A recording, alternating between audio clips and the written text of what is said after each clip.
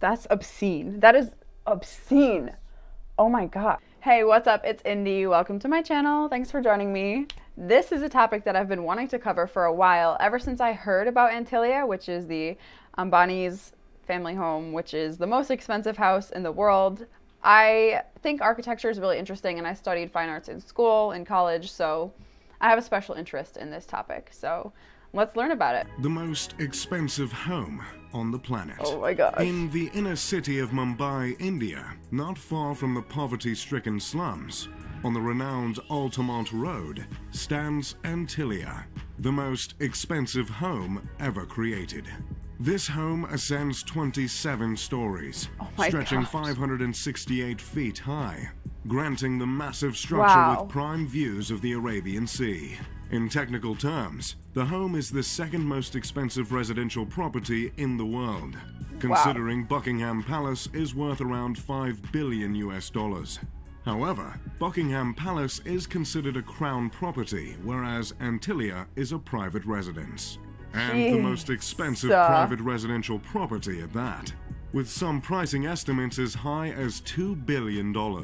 Even still, any list in which a residence is preceded by Buckingham Palace pretty much guarantees that place is going to be over-the-top luxurious and is likely a house I'd love to move into.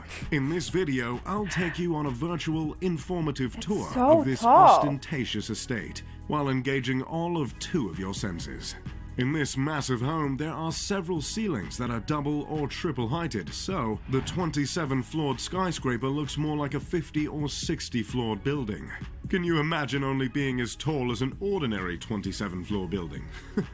Laughable.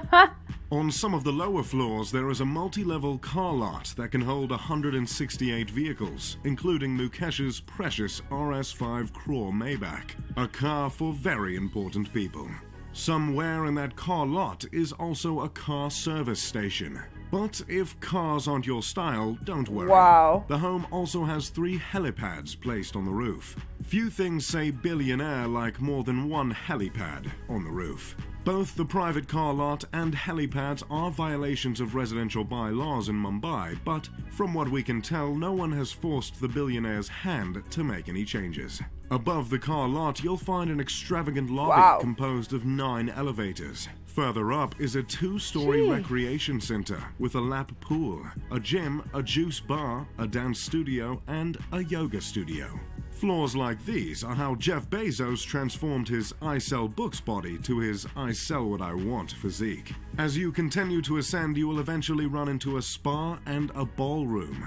The ballroom is adorned with multiple crystal chandeliers that cover 80% of the ceiling, leaving a shameful 20% exposed and unadorned. To capitalize on the entertainment focus areas of the home, there's a movie theater that sits 50 viewers.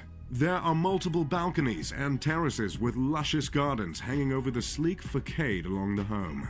The vegetation attached to the sides of the building are meant to absorb sunlight in order to keep the interior as cool as possible. Hopefully that touch can put a dent in what must be a monstrous electricity bill.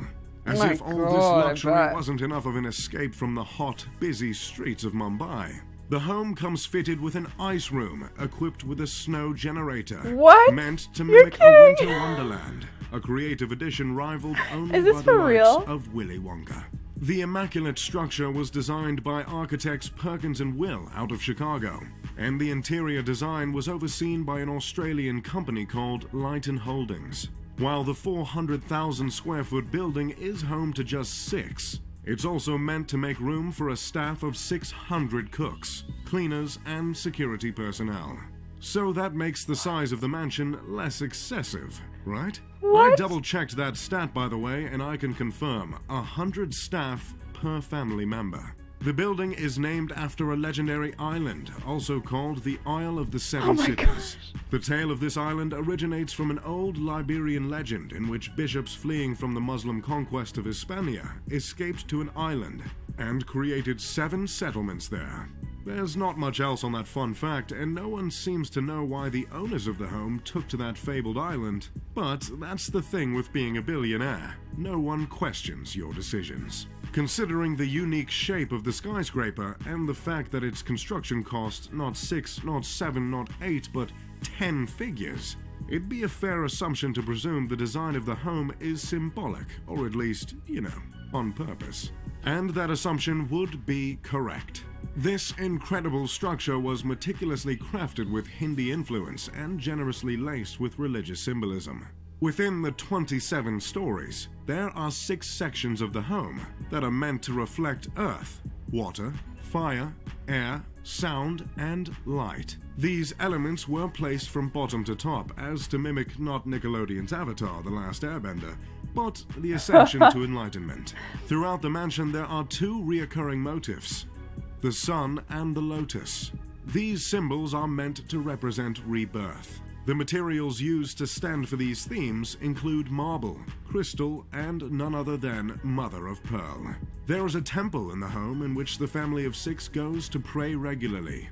There are many statues of Hindu deities throughout the home, including the Hindu god Ganesh, revered as the remover of obstacles, and Shiva, the Hindu deity who destroys to make way for new creation. Along with religious themes and the motifs of lotus and sun, the house is said to have been inspired by the Atlantic Ocean.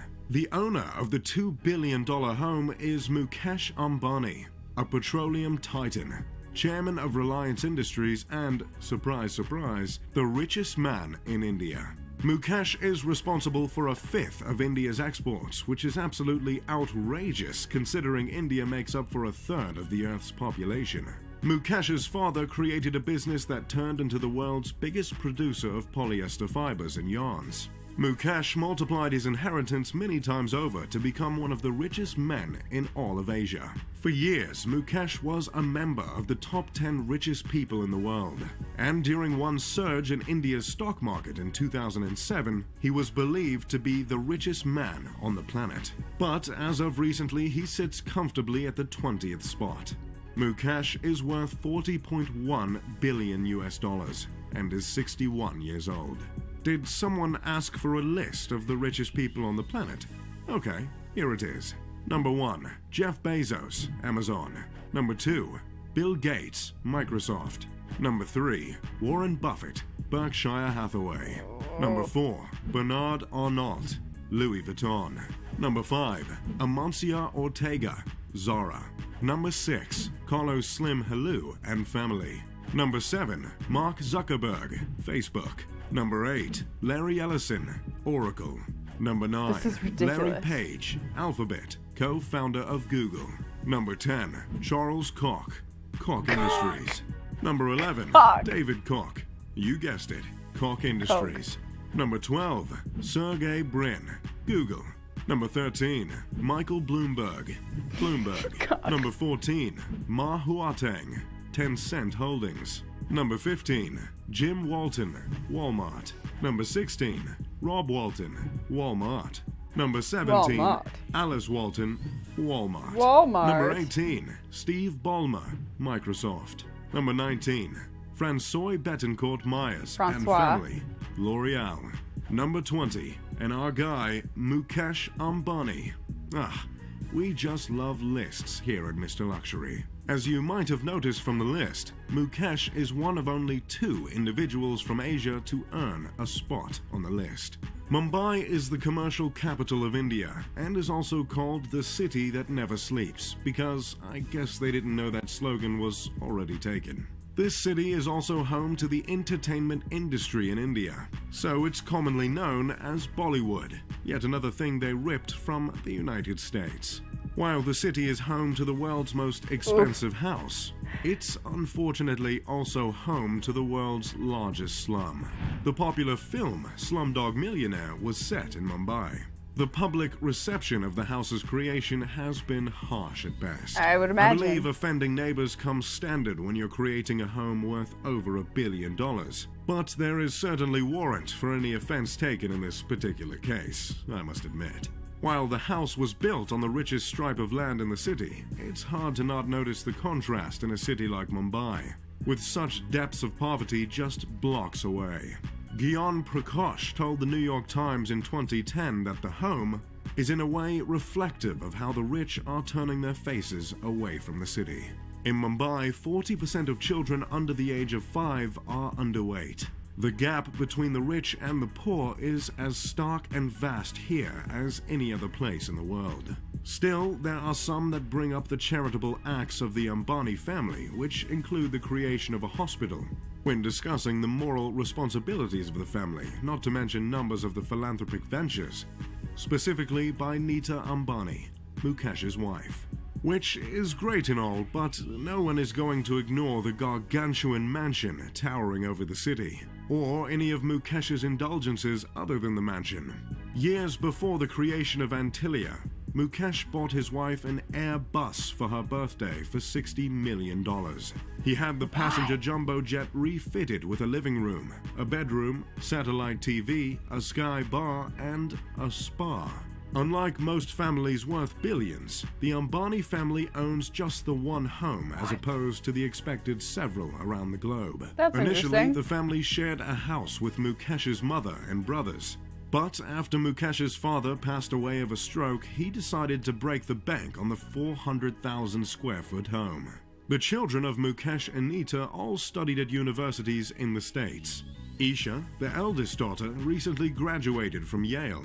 Her twin brother, Akash, and younger brother, Anat, both graduated from Brown University. Not that I'm in any position to judge Mukesh as a father, but it's nice to see he raised 3 Ivy Leaguers. That's pretty much all I've got on Antilia and the Ambani family. As always, I'm Mr. Luxury. If you enjoyed the video, make sure to leave a like and subscribe. Pip pip de doodly doo. What? Oh, I can't even imagine. What? Everyone, I don't know.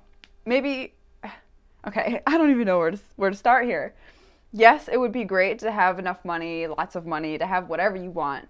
But I feel like there's a point where people just start buying stuff and paying for things and stuff that they really just will never use or don't actually need, which is fine. I'm not judging anyone's choices here, but like, wow.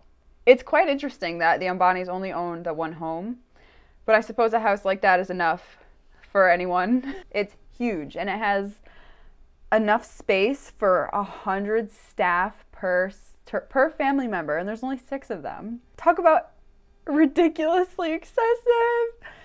I couldn't imagine having 100 people waiting on me and serving me and just being there for literally anything I could ever want. That's ridiculous. And I guess good for them for providing jobs, and I really hope that their staff are paid well, but that's insane. You know, there's a point where it's like, oh, this is great. You know, I'm wealthy, I'm famous, I don't have to do anything for myself. I can just have someone else do it. But there's another point where it's like, oh my gosh, there's people everywhere, and I just want to be alone for 1 second. I want to wear sweatpants today, and I don't want to get my makeup done. But of course, they still have their choice, I think. I don't know, maybe I'm wrong. Maybe they don't get to decide whether or not they want to be dressed up and put in makeup and all that. And I can only imagine how offensive it must be for the people who live in Mumbai, you know, to look at their houses and their struggles and, you know, any lack of money that they may have, and then in the distance see this, what, $2 million or $2 billion house? 5 billion? I don't know, 2 billion, whatever, $5. $2 billion house. That's just the picture of excess. That must be so, I would be upset, you know. There's a massive wealth disparity in most countries, I would imagine, and it's a very tough subject, right? People will argue that these people worked very hard for their money and that they earned it fair and square, and others will say that they earned it by exploiting people. Both are true, but there's a point where it's like, how much of this money can you actually use? How much do you need? Even if your needs include having 100 staff and being able to do whatever you want anytime, how much money does that take, and what can you do with the extra to help other people? On one hand, it's okay for someone to have a massive amount of wealth, and on the other, is it? is it okay when there are so many people who are human just like them that are struggling? It's just something to think about, you know? How much does one person actually need? Anyway, thanks for watching. I thought this was a very interesting video, even though the narrator was, you know, weird. Thanks for watching. If you're a subscriber, I appreciate your support. You're the best. And if you're not a subscriber, click that subscribe button and join our happy family here. I would really appreciate it. And we would love to have you. And thanks for your time. I'll see you later.